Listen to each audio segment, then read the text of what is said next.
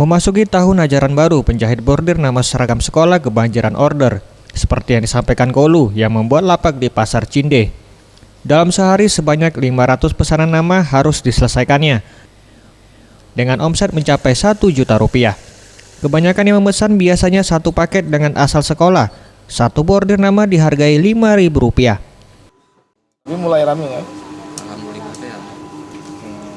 Biasanya kalau sudah dekat-dekat sekolah, berapa banyak biasa nerima orderan nggak? Sampai 500 kadang nyampe. 500 ya? Sehari berapa nggak? Sekitar 500. Sehari 500 ya? Biasa lebih dari 1000 berarti ya? Iya. Kebanyakan yang mesen tuh memang khusus untuk nama sekolah atau ada yang lain nggak? Kebanyakan sih yang langsung, kalau dari sekolah kan sudah dari awal masuknya gitu. Untuk Kebanyakan di sini yang langsung dari orang tua murid kan.